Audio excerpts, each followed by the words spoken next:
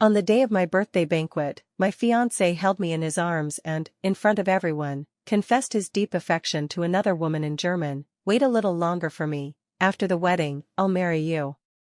He assumed I couldn't understand, smiling with a tenderness that was cruel. I clenched my fists, nails digging into my flesh, yet I kept a smile on my face. I waited for 3 months until our wedding day. When the officiant asked if I was willing to marry him, I picked up the microphone and said to him in flawless German, "Hut wünsche ich dir und deiner Geliebten, dass die Schlampe und der Hund für immer zusammenbleiben." He was stunned in an instant. The air at the wedding venue was filled with the cloying scent of lilies mixed with champagne. Crystal chandeliers refracted brilliant light, covering the entire banquet hall and illuminating the smiling faces of every guest. I wore a custom Vera Wang wedding gown, its skirt spreading like blooming clouds, layered upon the red carpet. My vision was slightly blurred under the veil, but I could clearly see the man standing opposite me, Ethan. My fiancé. Today, he looked impeccably handsome, his custom black tuxedo accentuating his tall posture, with a perfect, well-measured smile on his lips. He was gazing at me affectionately, his eyes brimming with love almost overflowing. Just like 3 months ago at my birthday banquet, when he held me with the same deep affection. With the same gaze, he looked at another woman in the crowd, Lily. In the German I knew so well, he made that filthy promise, "Wait a little longer for me, after the wedding, I'll marry you." He said it so naturally, so confidently. Confident that I, a well-bred lady majoring in business management, couldn't understand this language he prided himself on. He smiled with a gentleness that was cruel, as if I were a highly functional but soulless prop in his perfect life script.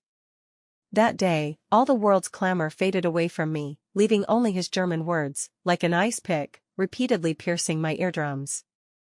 I clenched my fists, sharp nails sinking deep into my palms, the subtle pain keeping me alert. On my face, I maintained a proper smile, even raising my glass cooperatively to accept everyone's blessings.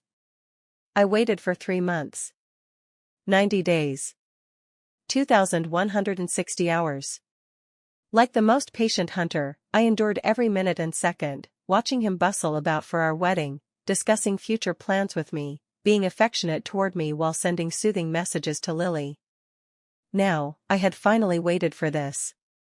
"Miss Iris, are you willing to marry the gentleman before you, Mr. Ethan, as your lawful husband? In good times or bad, in riches or poverty, in health or sickness, to love and respect him until death do you part."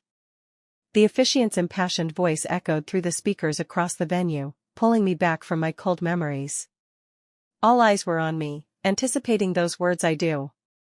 Ethan's eyes were also filled with expectation, he even winked at me imperceptibly, carrying a sense of assured control. Facing his gaze, I took the microphone from the bridesmaid. The metal casing of the microphone was somewhat cool, perfectly countering the heat in my palms. I took a deep breath, the scent of lilies entering my nostrils, but I no longer felt its sweetness, only suffocation. I didn't look at the officiant but locked my gaze firmly on Ethan's face, watching his perfect mask that was about to shatter. Then, I smiled. "Hut wünsche ich dir und deiner Geliebten, dass die Schlampe und der Hund für immer zusammenbleiben." Today, I wish you and your lover that the bitch and the dog stay together forever. My voice carried through the microphone, clear, steady, and perfectly articulated, spreading throughout the entire banquet hall. Every German syllable was as standard as a textbook. The originally lively atmosphere in the venue froze in that instant. Under the champagne tower, the smiles on the guests' faces stiffened. They looked at each other, their eyes filled with confusion and bewilderment. The guests from the German partners seated in the front VIP row switched from polite smiles to unmasked shock in an instant. They widened their eyes, whispered to each other, their gazes sweeping back and forth between Ethan and me like searchlights. At the center of the world, on the stage, the color drained from Ethan's face at a visible speed. His perfect smile first cracked, then turned to astonishment, and finally, extreme humiliation and anger flooded like a breached dam, washing away all his disguises. His face turned from red to white, then to ashen, like a cheap palette. "Iris. Are you insane?" He lowered his voice, squeezing the words through gritted teeth, the shock in his eyes quickly replaced by fury. He lunged toward me, trying to snatch the microphone from my hand, as if that could stop what I was about to say. A strong arm barred the way between us, holding him back firmly. It was my brother, Ryan.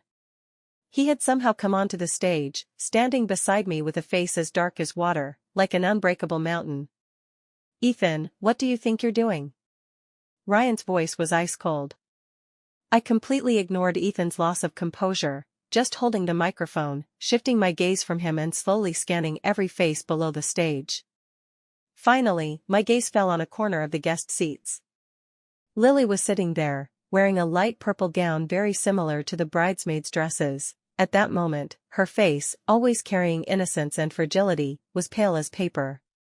Under the probing, suspicious, and disdainful gazes around her, she fidgeted uneasily, her hands tightly clutching her skirt, wishing she could dig a hole and disappear on the spot.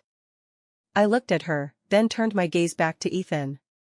I switched back to Chinese, my voice not loud, but like a heavy hammer striking everyone's heart. "Don't understand?"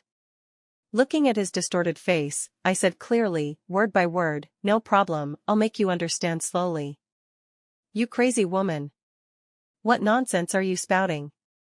Ethan's mother, the woman who had always been overly critical of me, finally reacted, lifting her skirt and rushing onto the stage.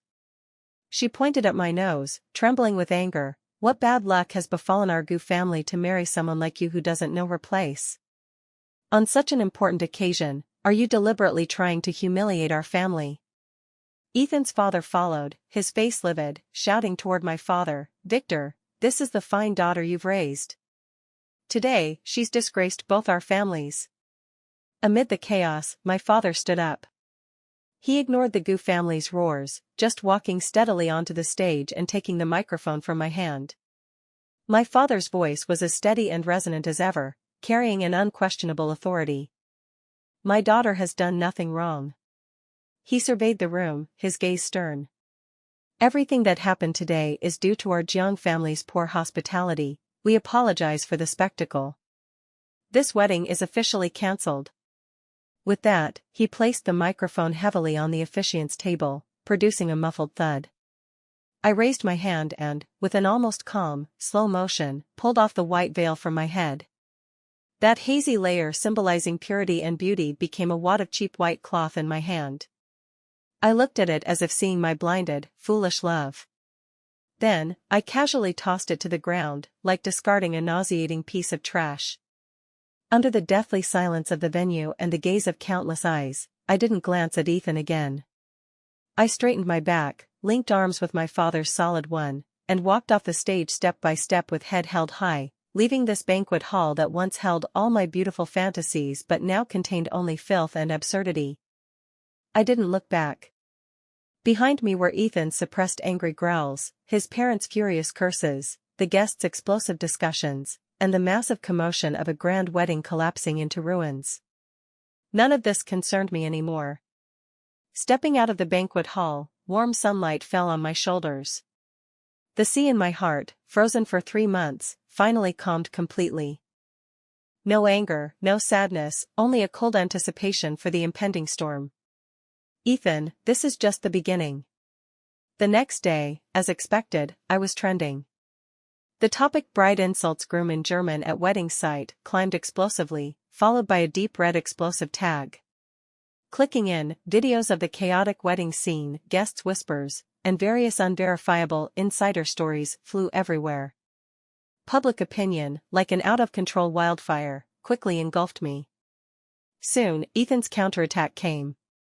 He accepted an exclusive interview with a mainstream financial media. In the video, he wore a simple white shirt, his hair disheveled, eyes red-rimmed, his handsome face full of fatigue and hurt. Facing the camera, his voice hoarse, he explained in a nearly pleading tone, "I think Iris is just under too much pressure. We both put in a lot for this wedding. Maybe there's some misunderstanding. We have feelings for each other, I love her very much." He spoke with genuine emotion, choking up several times, portraying the image of a perfect victim ruthlessly hurt by a deeply loved woman to perfection. His PR team was evidently very professional. As soon as the interview was out, the tide turned. Oh my God, Ethan is so pitiful, humiliated publicly, and still speaking for the woman. Does this Iris have some delusion? Mishearing words at her own birthday banquet and causing a scene at the wedding? Being a rich heiress doesn't make her superior. With such a temper, who would want her? Feel sorry for Ethan for 3 seconds. Upstairs, I've long thought she doesn't deserve our Ethan, a spendthrift airhead. How can she compare to Ethan, a self-made young talent? Ethan's paid trolls and personal fans, like hyenas smelling blood, frantically flooded my social media comments, attacking me with the most vicious language, portraying me as a bully who abuses power and turns love to hate, a crazy woman. Soon after, Lily took action. She posted an ambiguous update on her Weibo, with a photo of her silhouette reading by the window, evoking a sense of peaceful years. The innocent will be proven innocent, time will tell everything. I don't want to be dragged into disputes, I just hope everyone around me is well. Immediately below, a bunch of passers-by and insiders comforted her. Hug Lily, truly an undeserved calamity, being dragged in. I know you and Ethan are good friends, some people shouldn't be too sensitive. Sigh, truly gentle and kind people are always misunderstood, feel sorry for you. In harmony, inverting black and white. They painted me as the perpetrator, while they, one a devoted fiancé without regrets, the other an innocent implicated white moonlight. What a touching grand drama. Ding-ling-ling, an unfamiliar number called. I picked up, and from it came Ethan's familiar voice, now utterly disgusting to me. His tone was soft yet firm, with a condescending tolerance. Iris, stop making a fuss, okay? I know you're still angry, but with things like this, it's bad for both our families. Come out now and issue a statement saying it was a misunderstanding, that you misheard, and this matter is over. I promise I'll compensate you well later. Compensation? I almost laughed out loud. Did he think this was still a childish play fight, solvable with a candy? Did he think he destroyed only a wedding, while I destroyed only his face?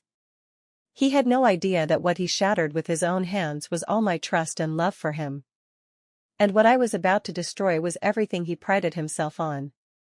I said nothing, directly hung up the phone, then blocked this number and all contacts related to him. Brother Ryan beside me was furious, his face turning blue, picking up his phone to call. This bastard dares to play the victim first. Watch me get people to take down his crappy company. Bro, I stopped him, don't rush. Ryan looked at me, anger and heartache intertwined in his eyes. Iris, how long are you going to endure? They're about to trample you into the mud. I shook my head, gazing calmly out the window. Let him perform. The higher he stands now, the more perfectly public opinion elevates him, the harder he'll fall later. I needed him to continue being arrogant, to keep thinking I was just a temperamental love-struck fool. I needed him to build all the ladders, then I would personally kick them down. Ryan looked at my calm, almost cold gaze, stunned for a moment, finally putting down the phone. Okay, I'll listen to you. But if anything happens, bro's got your back. I nodded, a warm current flowing through my heart. In the afternoon, through the family's retained lawyer, I issued a concise public statement. In it, I mentioned nothing about emotional entanglements, no accusations, no defenses. Using the calmest, most formulaic language to state a fact, due to irreconcilable major principled issues with Mr. Ethan, I, Iris, hereby formally announce the dissolution of the engagement with Mr. Ethan. No explanations, no entanglements. This lofty disregard was more lethal than any fierce argument. It was like a silent slap across Ethan's carefully orchestrated public opinion field. After handling all this, I returned to my study. Opening the computer, the screen displayed all the materials I had compiled over countless sleepless nights in these 3 months. The most prominent was a huge organizational chart. At its center was Ethan's thriving tech company, HJ Tech. Looking at that familiar name on the screen, the corners of my mouth slowly curled into a cold smile. Ethan, your performance is over. Now, it's my turn. What Ethan valued most was his career. HJ Tech was proof of his self-made success, his greatest asset as a young talent, and the foundation of his confidence and control. To hurt him, I had to strike at what he was most proud of. For the first strike, I targeted the Nebula project. This was Ethan's lifeline project betting the company's next 3 years, a grand blueprint combining artificial intelligence and big data. For this project, he had invested almost all the company's preliminary R&D funds and liquidity, waiting for my father's Jiang Group to inject massive investments after the wedding and provide support from our family's core data ports. It could be said that the success or failure of the Nebula project directly determined his company's survival. And this was originally the most valuable wedding gift I was giving him. Now, I would personally reclaim this gift and turn it into a blade piercing his heart. On the 3rd day after the wedding farce, as the project leader of the Jiang Group, I held a small-scale online media conference. No entertainment reporters were invited, only top tech and finance media in the industry attended. I changed into a sharp white suit, tied my long hair into a high ponytail, with refined yet sharp makeup. Facing the camera, I was no longer the gentle Miss Iris following behind Ethan. I was Iris. Good afternoon, media friends. This conference is held today to announce the Jiang Group's latest strategic deployment in the artificial intelligence field. My voice was steady as I clearly outlined our judgments on the future tech market. Then, I dropped the first bombshell. Based on this, the Jiang Group will independently launch a full upgrade of the Nebula Project, Nebula Project 2.0. We will invest $2 billion in funds and open core data support from all related industry chains under the group. As soon as these words were spoken, the online chat room exploded. Everyone knew the Nebula Project was Ethan's. The Jiang Group independently launching version 2.0? Wasn't this blatantly pulling the rug out from under him? Within 5 minutes of my announcement, the topic Jiang Group snatches Nebula Project overtook the previous wedding farce and rushed to the top of the finance section headlines. Ethan's company stock price began a cliff-like drop in response. But this wasn't over. Looking at the camera, I smiled and dropped the second, most fatal bomb. At the same time, I am very honored to announce to everyone that Nebula Project 2.0 will no longer be a solo battle for us. We have found a strategic partner with aligned ideals and strong capabilities. It is Qiming Tech. As soon as Qiming Tech was mentioned, the room erupted. Who in the industry didn't know that Qiming Tech's founder, Lucas, was Ethan's arch-rival since university days? Over the years, the two companies had fought tooth and nail in the market, irreconcilable. I not only snatched Ethan's project but handed it to his biggest enemy. This wasn't just pulling the rug, it was digging up his ancestors' graves and using the soil to build a new house for him and his nemesis. After the conference, my phone was bombarded with calls. I answered none. Half an hour later, the front desk downstairs called on the internal line, voice somewhat panicked. Iris, Mr. Ethan is here, insisting on rushing up to see you, security can barely hold him back. I walked to the floor-to-ceiling window and looked down. Ethan's flashy Maserati was parked at the company entrance. He himself was being held by 2 security guards, hair messy, suit jacket wrinkled, with no trace of the young talent's elegant demeanor. Like an enraged trapped beast, his face flushed, roaring something toward the building. I picked up the internal phone and calmly said to the front desk, "Let him up." A few minutes later, my office door was pushed open forcefully. Ethan rushed in panting heavily, eyes bloodshot, glaring at me fiercely. "Iris. What exactly do you want? Why are you doing this?" He roared, his voice filled with incredulous anger. "Do you know how important the Nebula Project is to my company? That's our future." Our? I sat behind the wide desk, looking at his discomposed appearance amusingly. "Ethan, I think you're mistaken. Now, that's my future, and Qiming Tech's future. This is revenge. You're doing this to get back at me." He approached step by step, slamming his hands heavily on my desk, shaking the pens in the holder to jump. "Just because of the wedding? Just because of a joke? You want to ruin me? Iris, I didn't expect you to be so narrow-minded, so vicious." I laughed. It was a heartfelt laugh at the utter absurdity. I slowly stood up, facing him across the wide desk. Ethan, you seem not to have figured out the situation. First, this isn't revenge, it's a business decision. Your company, after losing the Jiang Group's support, has plummeting stock prices and ruined credibility. To me, it's now a high-risk investment. As the project leader, I have a duty to mitigate risks for my group. Looking at his increasingly ugly expression, I continued unhurriedly. Second, me vicious? I leaned forward, lowering my voice but with a chill. Ethan, at your birthday banquet, holding me but promising another woman marriage after the wedding, why didn't you think yourself vicious? When you used my family background and resources to pave your career, but secretly planned to kick me aside and marry your true love, why didn't you think yourself despicable? Adults must take responsibility for their actions. I stated clearly, word by word, when you said those German words, you should have anticipated this day. He was rendered speechless by me, his face turning from flushed to pale, his body trembling slightly from extreme anger. He probably never imagined that the me who was always gentle, considerate, and centered on him would say such sharp, merciless words. You. He eyed for a long time but couldn't say a word. I walked around the desk straight to the door. I'm going to sign with Chiming Tex Lucas. Ethan, help yourself. I left him trembling with anger in place, walking out of the office without looking back.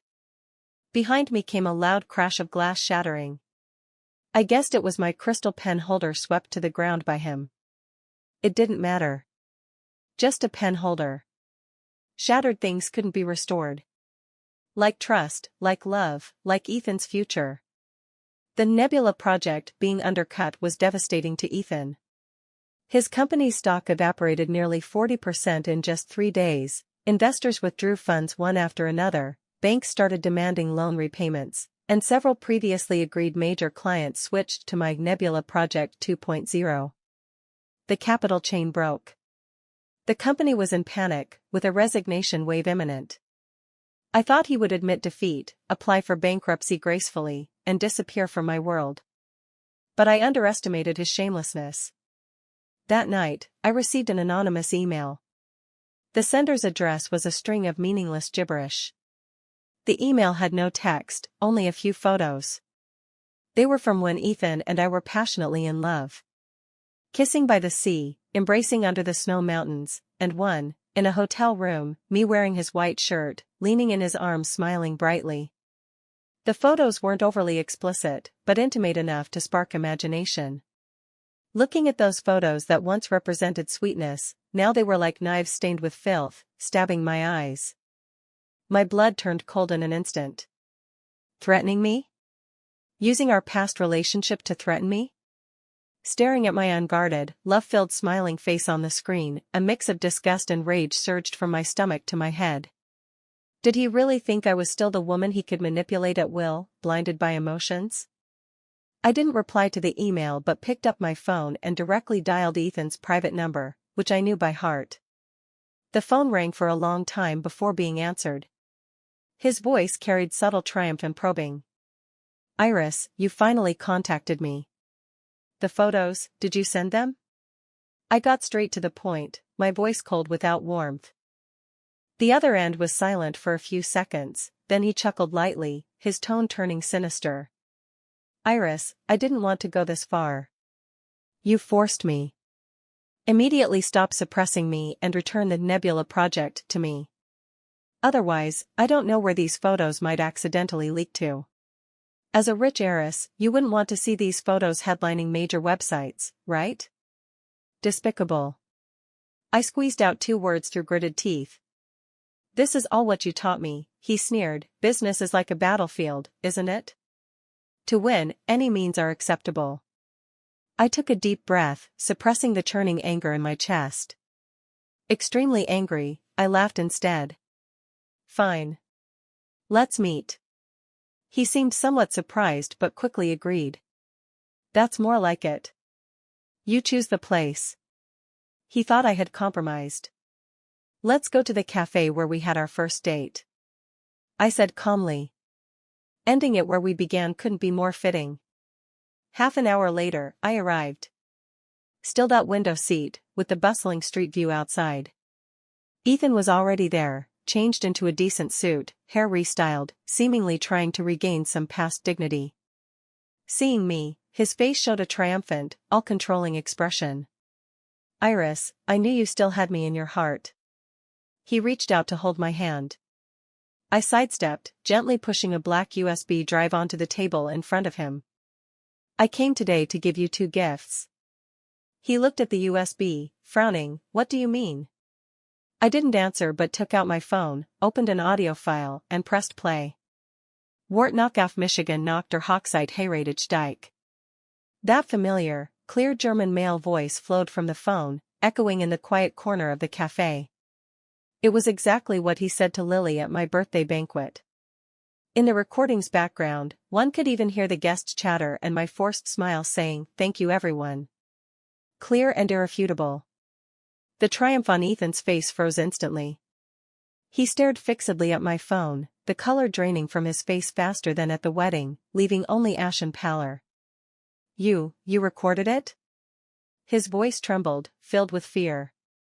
"Don't rush." I turned off the audio, put away the phone, and looked up at him. "There's a second gift." I opened my laptop that I carried with me, turning it toward him. On the screen were encrypted folders.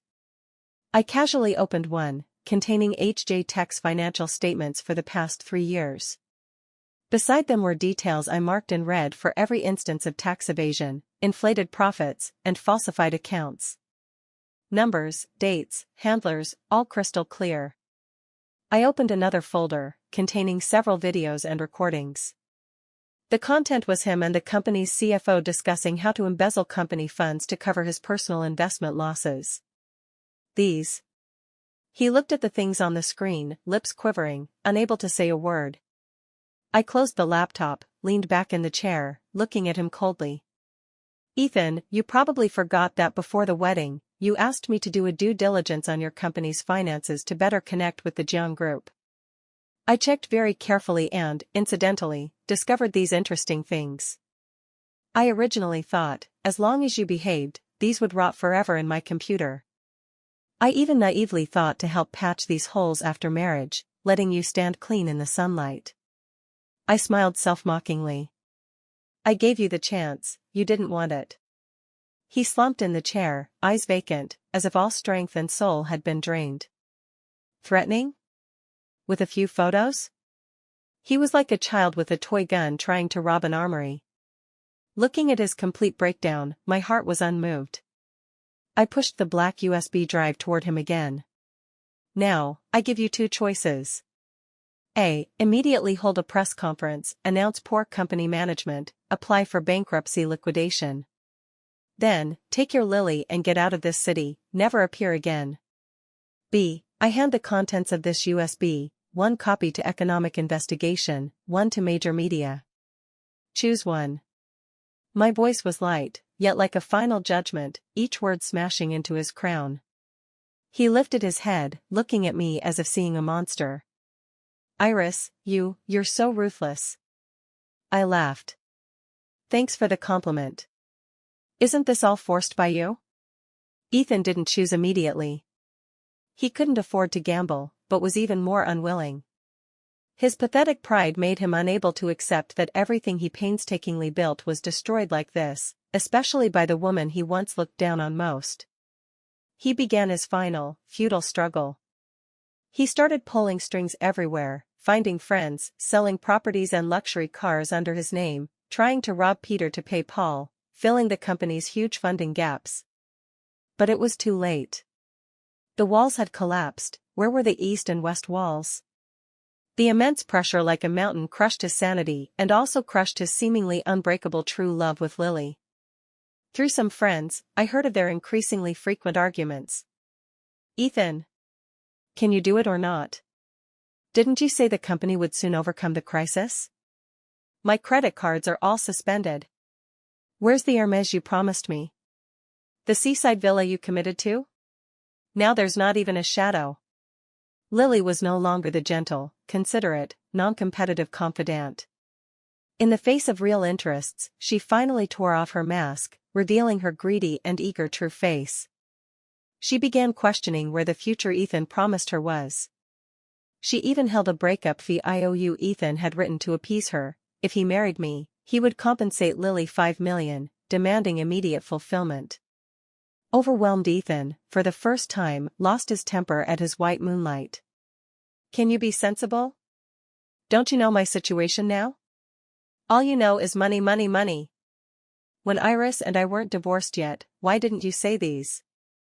It was said that day's argument was exceptionally intense.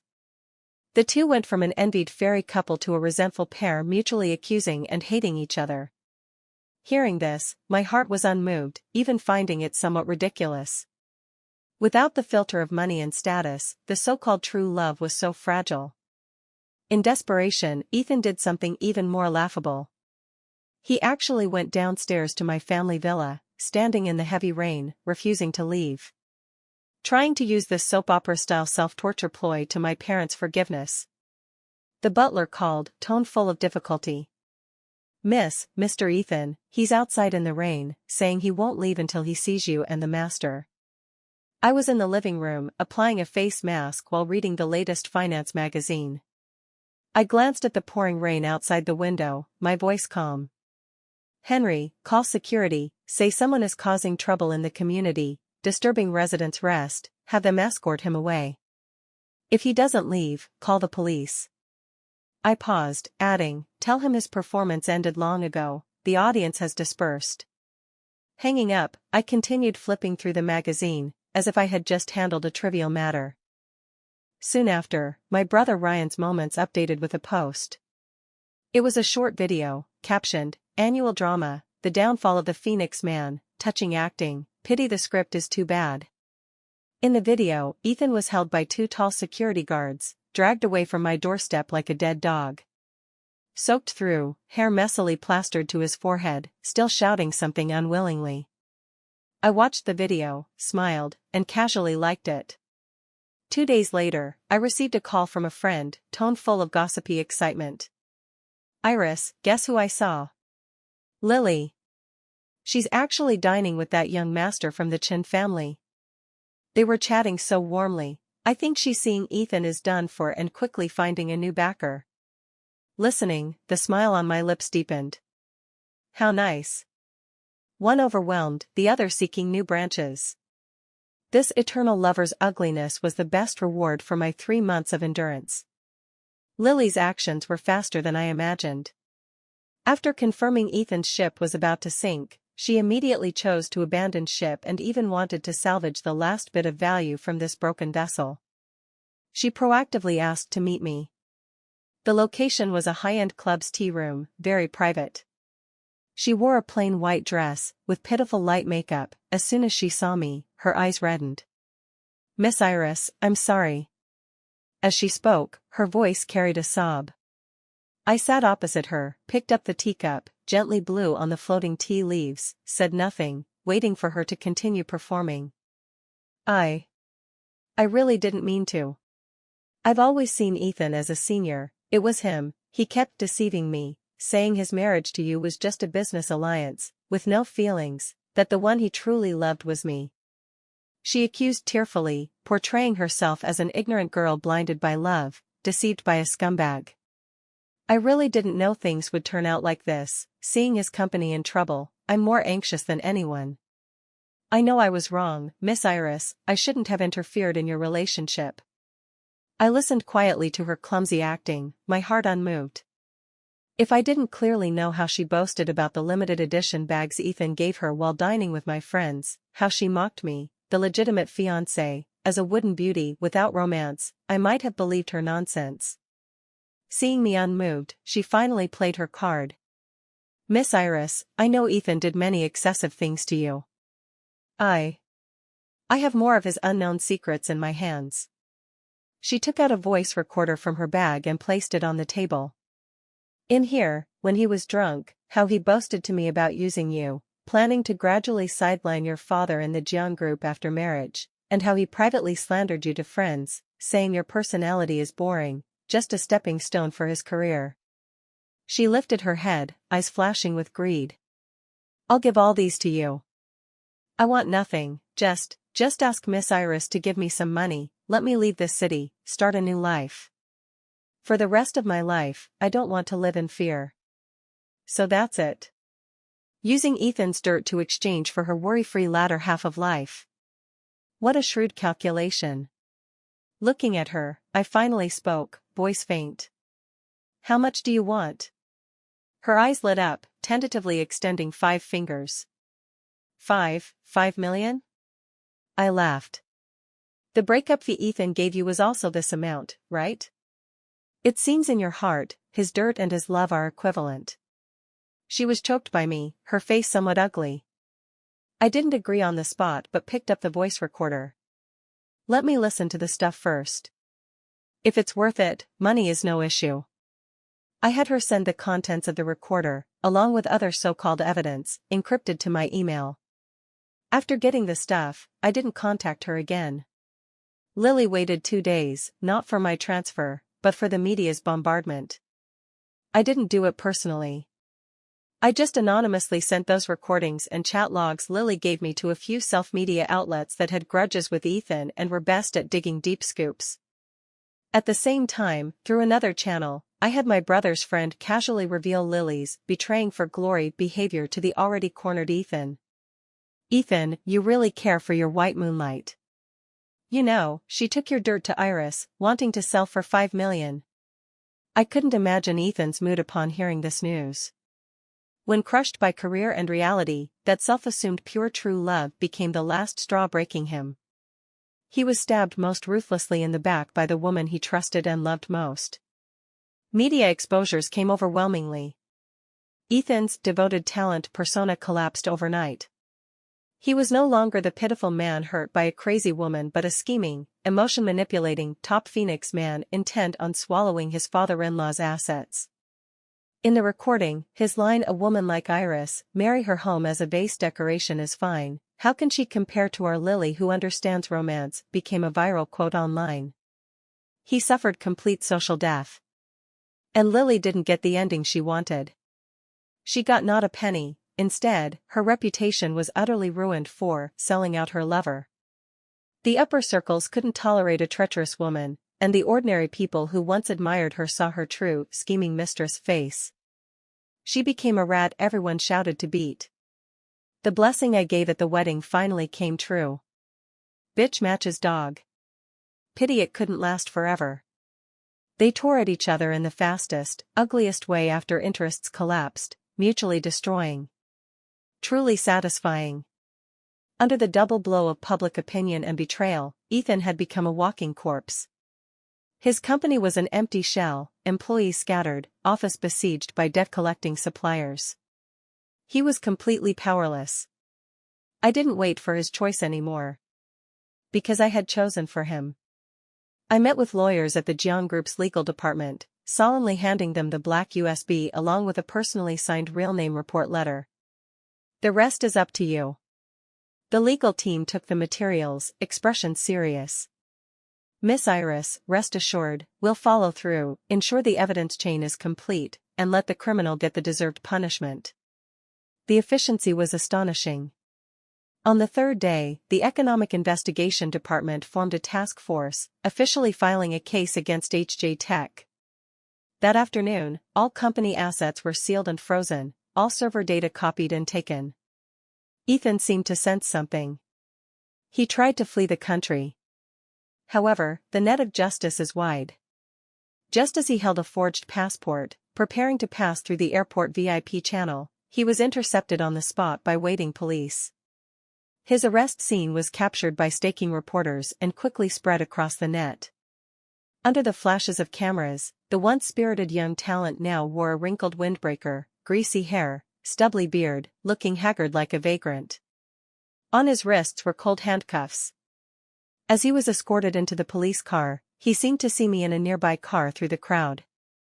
I didn't dodge. Our gazes met in the air.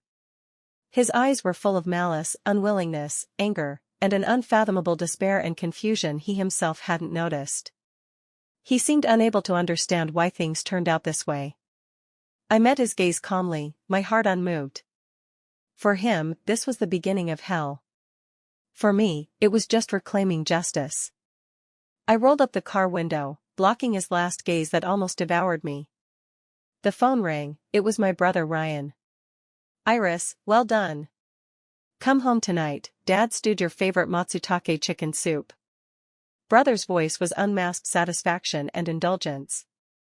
"Okay," I replied softly. The car drove smoothly away from the airport, leaving the commotion behind. I opened my phone and turned off all news notifications about Ethan. This storm I personally stirred up should end. Mine is family warmth and a bright future. His is cold iron bars and endless regret. Months later, I received a letter. The envelope had no stamp, only a prison postmark. Sender, Ethan. I was sitting in my new office, handling the latest quarterly report for Nebula Project 2.0. Sunlight poured through the huge floor-to-ceiling windows, warming and brightening the room. I opened the envelope. Inside were several sheets of letter paper, filled with dense writing. It was Ethan's handwriting, much messier than before, but still showing past sharpness. In the letter, no curses, no questions. It was all belated remorse and recollections of the past. He recalled our first meeting in the university library, sunlight just right, me in a white dress quietly reading. He recalled our first date, him nervous with sweaty palms, stumbling over words. He recalled our tough entrepreneurial times, sharing one bowl of instant noodles, yet finding it sweeter than any delicacy. He recalled the night he proposed, me crying like a child, nodding yes. He wrote a lot, style sincere, emotions genuine, as if the one who betrayed, schemed, and threatened me was just an illusion. At the letter's end, he wrote, "Iris, I know I was wrong. Blinded by ambition and greed, I lost the most precious thing in the world with my own hands. In the moment of losing you, I realized that so-called success and control are nothing compared to one real hug from you. I don't expect your forgiveness, I just hope you can visit me once, just once. Let me see you one more time after losing everything." I read the entire letter word by word, my face expressionless. Belated affection is cheaper than grass. These sweet words that once moved me now seemed only ironic. If my counterattack wasn't so thorough, if the Jiang family wasn't so powerful. At this moment, he should be holding Lily, living in the mansion obtained through me, driving the sports car I gave him, then at some drinking party, contemptuously mocking my stupidity and naivety as the ex-fiancé with friends. He didn't regret falling for someone else, he regretted choosing the wrong person, standing on the wrong side, losing utterly. His remorse wasn't because of love, but because of defeat. Holding those letter papers, I slowly walked to the fireplace in the office corner. In late autumn weather, the fireplace burned with warm flames. I let go, allowing those papers filled with deep affection to flutter into the flames. Blue flames instantly licked the papers, devouring the writing one by one. The papers curled, blackened, finally turning into a handful of insignificant ashes. Looking at those ashes, I felt the last trace of him in my heart dissipate. I no longer hated. Because he was no longer worthy. A prisoner's love and hate, what did it have to do with me? I poured all my energy into work. As the overall head of Nebula Project 2.0, I was no longer anyone's accessory, no longer the Miss Iris hiding behind a man's halo. I was Iris. This title was unfamiliar at first, but soon I loved it. It represented responsibility, capability, and most importantly, myself. I led the elite team jointly formed by Jiang and Qiming Tech, working day and night to overcome technical challenges and optimize algorithm models. The professional knowledge I once neglected for love was now picked up bit by bit, and with a broader platform, it erupted with astonishing energy. Deep down, I ultimately had my father's keenness and passion for business. At the project launch, I wore a tailored deep blue suit, standing under the spotlights, facing reporters and investors from around the world. I explained our technical advantages in fluent English, answered German reporters' questions in standard German, and chatted amiably with French partners in French. I was confident, composed, radiant. At that moment, I wasn't anyone's fiancé, anyone's daughter. I was just me, Iris. Cheeming Tech CEO, Lucas, the man Ethan saw as his lifelong enemy, now as my partner, sat in the front row below the stage. His gaze toward me was filled with unmasked admiration. In public interviews, he said more than once to the media, "Iris is the most outstanding and visionary partner I've seen. Her abilities and charm deserve everyone's respect." The progress of Nebula Project 2.0 far exceeded everyone's expectations. The new generation AI interaction system we successfully developed caused a huge international sensation, with orders flying in like snowflakes. The company's stock soared, and I rose to fame in the industry, becoming the hottest new noble in the tech circle. Friends at gatherings marveled at my change. "Iris, you're glowing all over now." "Yeah, before I thought you were just a gentle lady, didn't expect you to be so dashing in business." I smiled, raising my glass. Before, it wasn't no light, the light was just covered by dark clouds. Now, the dark clouds have dispersed. I began to enjoy life anew. Outside work, I went to the gym, rock climbing, learned equestrianism, traveled around the world. My life finally belonged only to myself. I no longer needed another's affirmation to prove my worth. I once suffered from losing a wrong love, now realizing that when God closes a door, it's to open an entire world for you. Ethan's case officially went to trial half a year later. Due to the huge amounts involved and complex circumstances, it attracted widespread attention from all sectors. As a key witness, I had to attend. On the trial day, I wore a black professional suit and entered the solemn courtroom. The gallery was packed, flashes lit up the moment I appeared, quickly stopped by bailiffs. I sat in the witness stand, then saw him. Ethan. Wearing gray prison uniform, shaved head, thinner and more haggard than last seen at the airport. No color on his face, sunken eyes, like a stranger drained of all vitality. From the moment I entered the courtroom, his gaze stuck to me. That look was complex, malice, unwillingness, pleading, finally only complete dead silence. I ignored him. My gaze calmly swept over the judge, the jury, not lingering on him for even a second. The judge began questioning. I stated everything I knew logically and orderly. From how I incidentally discovered his company's financial issues, to how he conspired with the CFO to falsify accounts, to how he embezzled public funds. Every piece of evidence I submitted was like a nail, firmly pinning his crimes to the pillar of shame. As I described how he forged transactions and deceived investors, his once arrogantly held head slowly lowered. When I submitted the German recording from the birthday banquet in court as supplementary evidence of his character, he closed his eyes in pain. Throughout, I was like an emotionless robot, using the most objective, calm language to shovel the last dirt on his carefully woven empire of lies. Statement finished, I stepped down from the witness stand.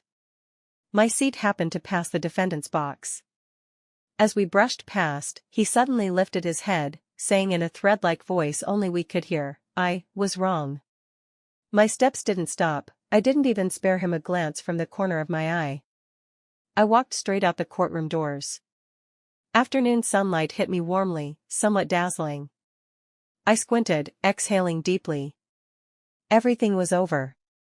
A year later, I represented the company at an international business banquet in Shanghai.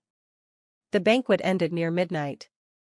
I politely declined several partners' invitations to continue. Walking out of the hotel alone, the driver was already waiting roadside. Early winter Shanghai, night wind carrying damp cold chill. I tightened my coat, about to get in the car, when my peripheral vision caught a familiar figure. On the roadside opposite the hotel, a woman was tugging with a slightly fat middle-aged man. The man seemed to want to shake her off, but she clung tightly to his sleeve, arguing loudly. The dim yellow streetlight hit her face, that once pure and fragile face now full of worldly fatigue and sharpness. It was Lily. She wore a cheap-looking pilling sweater, sloppy makeup, somewhat greasy hair. Her betraying for glory deeds had long spread in upper circles. No decent family was willing to take on such a notorious trouble. Her once proud youth and beauty, without money support and white moonlight persona packaging, quickly depreciated, becoming worthless. She seemed to see me too. Saw my custom Chanel suit, the valuable Bentley behind me, the driver waiting aside respectfully opening the door for me. Her facial expression changed several times in an instant. From shock, to jealousy, to intense malice. She shoved the man beside her, like mad, ignoring the shuttling vehicles on the road, rushing toward me. Iris. She stood across the road, hysterically shouting at me. It's you. You ruined us. You vicious woman. You couldn't stand us being well. I ignored her ravings, just glancing at her faintly. Her life was doomed from the moment she chose to be the third party, to depend on men. It had nothing to do with me. I opened the car door, bent to sit in. Before getting in, across the road, I said my last words to her. The path is the one you chose yourself. The car door closed with a bang, completely isolating her shrill curses and distorted face from my world. Also isolating that unbearable, filthy past.